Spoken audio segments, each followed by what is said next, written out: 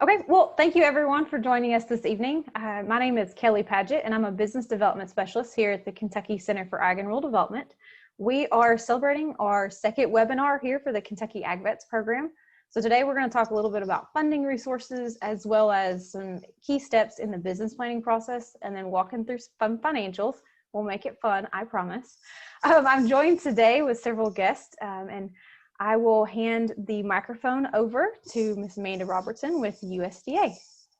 Okay, thank you, Kelly, and good evening to everyone. I'm Amanda Robertson. I serve as a regional beginning farmer coordinator serving Kentucky, Tennessee, and then I have the Midwest, the Upper Midwest, and the Northwest Pacific region. So I cover 19 states, working with state coordinators in each of those states. So we're honored to be able to be a part of this program this evening. And so I think, Kelly, if you're going to do the slides, if you could pull those up for us.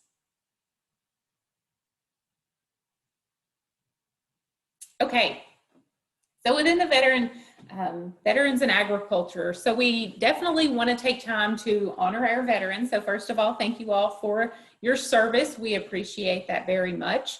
At USDA, we are committed to supporting our veterans in agriculture. And also we like to refer to you as America's heroes, because you certainly are.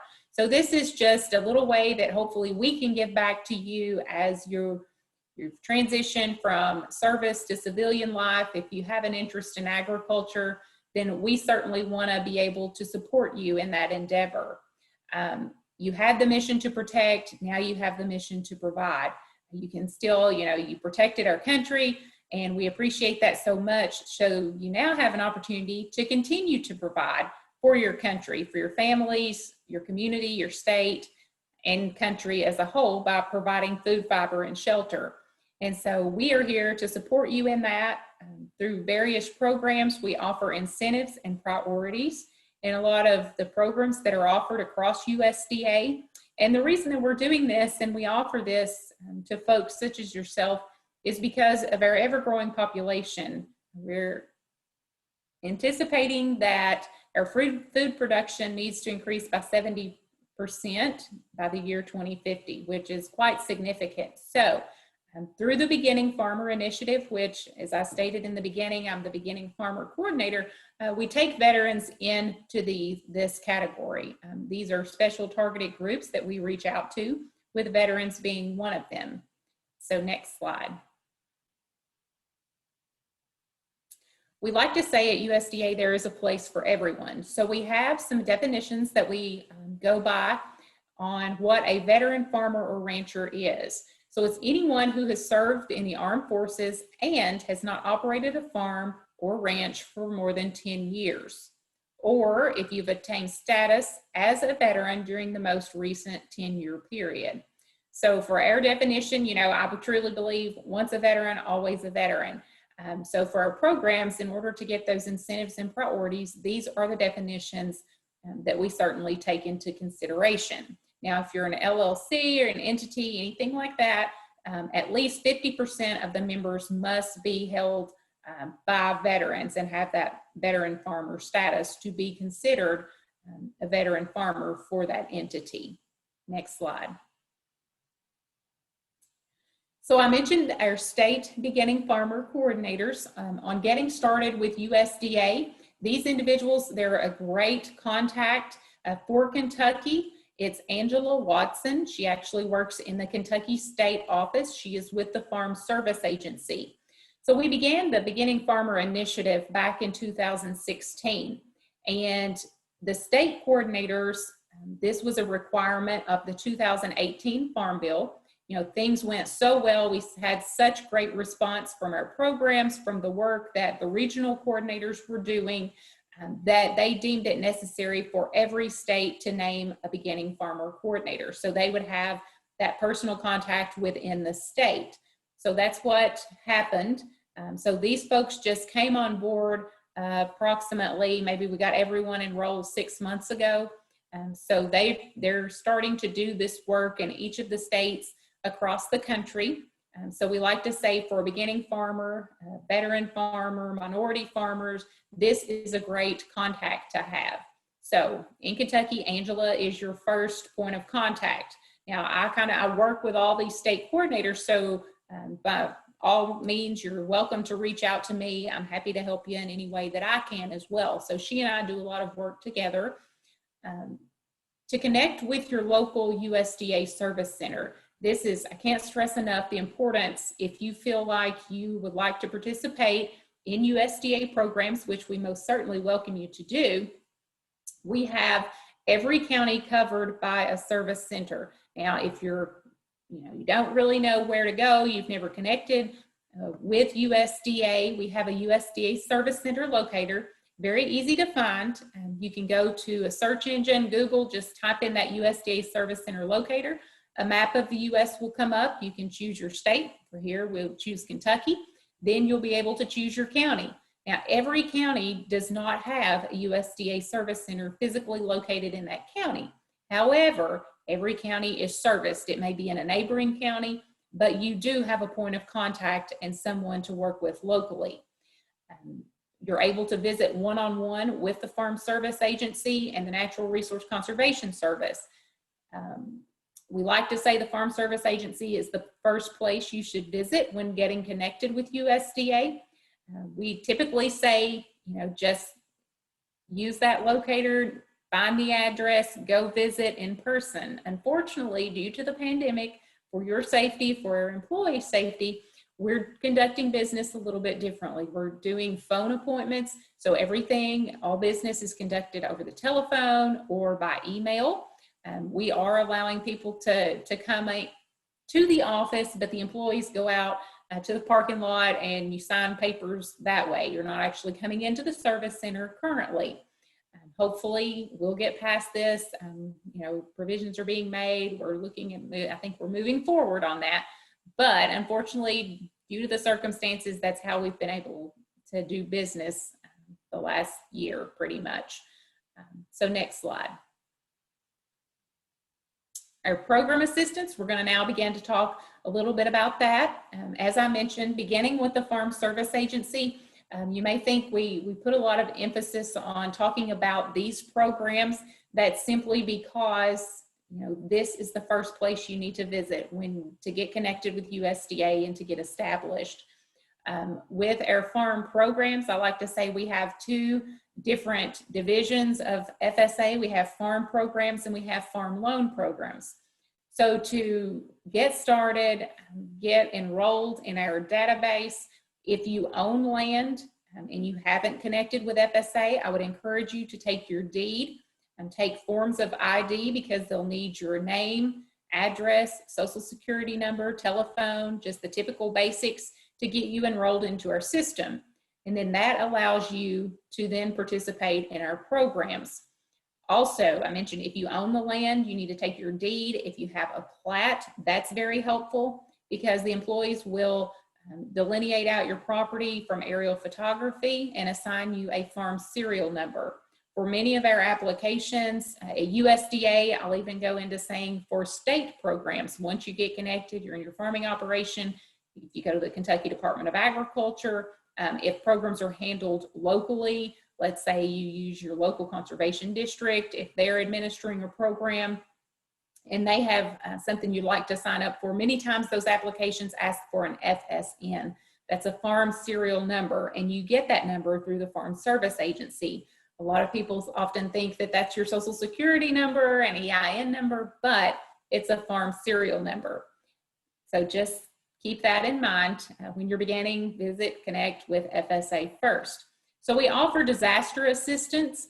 When natural disasters occur, things happen beyond the producer's control, we offer compensation on those type of things. Many times you receive the payments, just like as we're dealing with the pandemic, the markets were disrupted. So we had something called the Coronavirus Food Assistance Program, where farmers, whether you were, depending on what you had, if you had livestock, if you had cattle, you had corn, soybeans, anything that market disrupted, produce, just different commodities, there were payments that you were eligible to receive because of that.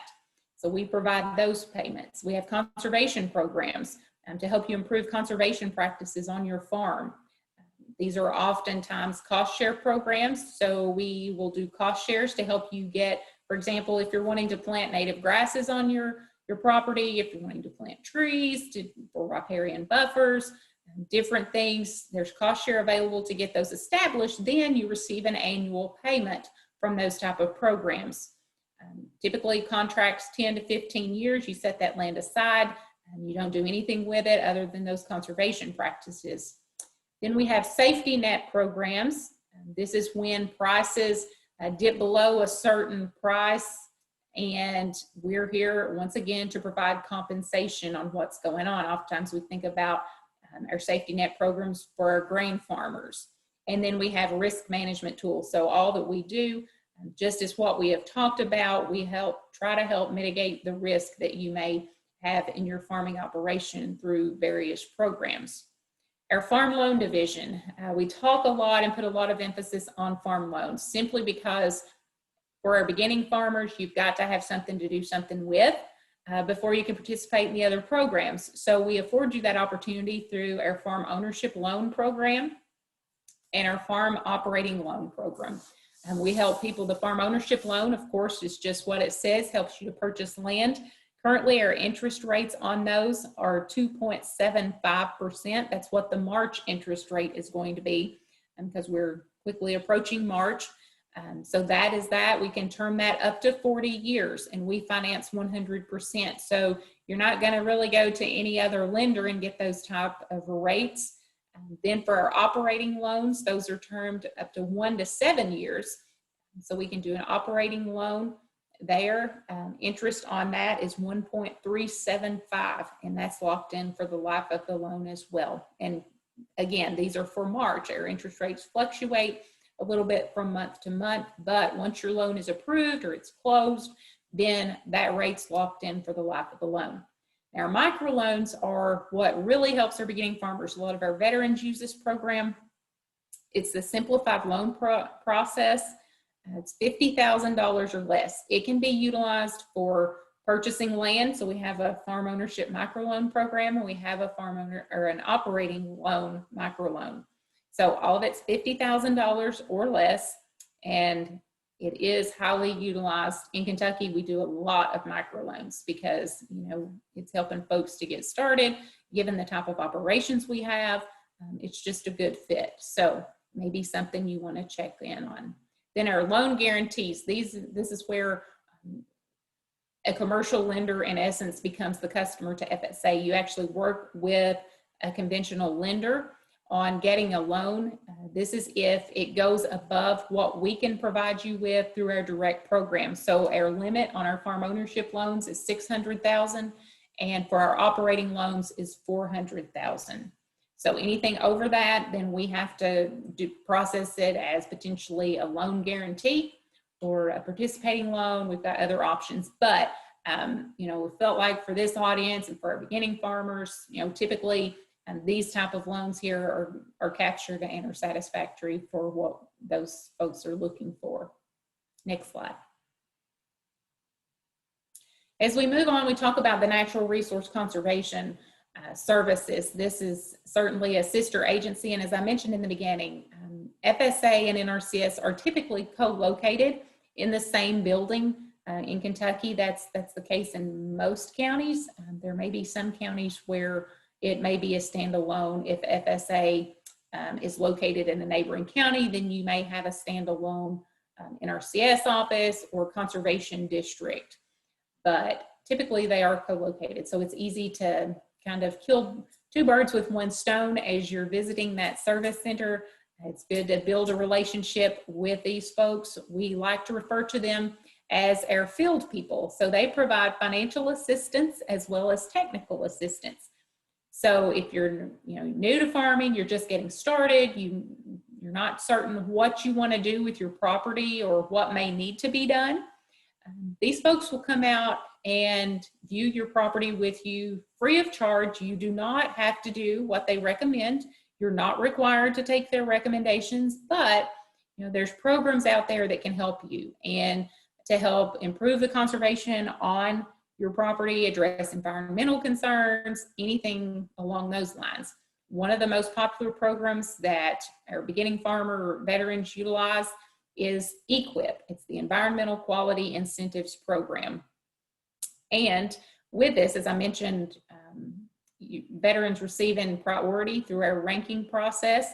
EQIP is a competitive program. So if you identify on there that you are a beginning farmer veteran, then you get priority in that ranking process. You also get additional funding. So essentially, we refer to it as a cost share program, but we're trying to steer away from the word cost share. It's just financial assistance. But in essence, what it would be is typically it's a 75% cost share program. If you identify as a beginning farmer veteran, you can receive up to 90% cost share is what your reimbursement may be. Those are flat rates now, what they operate on, but in theory, that's the percentages that it will typically work out to be. So just food for thought on what you may be able to utilize. For example, EQIP, one of the most popular emerging programs is the seasonal high tunnel program. A lot of folks use that if you don't have a lot of land. If you're a fruit and vegetable producer, it extends your growing season. Also, if you're livestock, you have cattle waterers, prescribed grazing, which is rotational grazing. Doesn't do anything for perimeter fencing, but that cross fencing definitely is an option. So just a few examples of what that program includes. Next slide. As we move on, we talk about the risk management agency. As we think about managing a risk, this is something that's very, very important to a farming operation, as I'm well sure that if you haven't covered this already in these series, you certainly will be talking about that. Risk management is very important. We often think maybe insurance policies, it's not necessary, insurance is a waste of money, but again, it's something you should always have because you never know what's going to happen. So the risk management agency actually heads up all the insurance agents. They ensure that producers have access to insurance in their local areas. So they do very, very important work on supporting farmers in rural areas. So next slide. Rural development works much like the Farm Service Agency. However, they support more rural home ownership lending programs. They focus more on housing needs and businesses in rural areas. They provide both direct and guaranteed loans. Now, I know you all may be able to get your loan through the VA, things such as that. I've had discussions with folks, who have said they can get housing through them, but then they won't pay for the land. So we've looked at doing some things jointly. FSA come to us to purchase the land. Then you get the housing loan perhaps through the VA, or rural development. So that's something that's out there and available if you would like to utilize that. For our producers and farmers, the two most popular programs that we encounter is the Value Added Producer Grant Program. Once again, this is a competitive program. If you identify as a beginning farmer, that does help you in that ranking process. So just a tidbit of information, and I know that K-Card is very, very knowledgeable about these programs, help folks fill out that because, filling out applications for grants can be very daunting. So I encourage you, I would suggest you connect with them, work with them if there's something there that would be appealing and you have interest in applying for.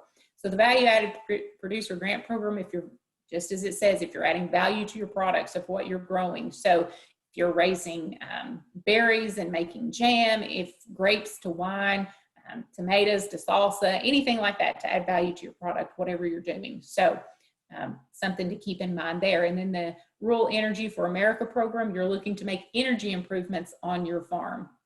If you're doing LED lighting, we have that a lot for shop buildings and things like that, geothermal heating and cooling. So those are just some examples of what producers have utilized in the past for those programs. Next slide. And then Ag Marketing Service. So they keep track of all of our market data, commodity procurement, local food grants. So for example, if you're interested in fruits and vegetable, local food, movements. They administer the local food producer grant program, as well as the farmers market promotion program. Oftentimes these programs are administered by the State Department of Agriculture, so you may work with them as they oversee these programs, but definitely something to keep in mind. Those are not grants for individuals themselves. It does have to be a group that applies for that. So your farmers market groups would have to apply as a whole for those programs. Next slide. And then these are just some resources that may be helpful to you that we have at USDA. And the one that I would suggest you go to if you're interested in searching things out for yourself. We often hear that the USDA website's very overwhelming, which it is, but you're able to tailor the search to meet your needs through the New Farmer website. So the USDA Beginning Farmers and Ranchers. There we have something called a discovery tool, so you can identify that you're a veteran. You choose your state, what commodity you're looking to produce, and it will generate those resources specific to what you put in that search engine for it to generate. So just a bit of information there, a little tip on hopefully making your search on the USDA website less stressful and overwhelming. Next slide. And that's it. Thank you for your service. This has just been a very quick high overview of what USDA has to offer. So we certainly appreciate, once again, so very much your service to our country. And we hope that you will reach out to us and let us be able to provide a service to you. So thank you very much. And I guess we'll take questions now or later, or if we have anything. Thank you. I think we don't have any questions currently, but we'll revisit at the end there, and we'll be sure to send any your way. Okay, thank you. Thank you so much, Amanda.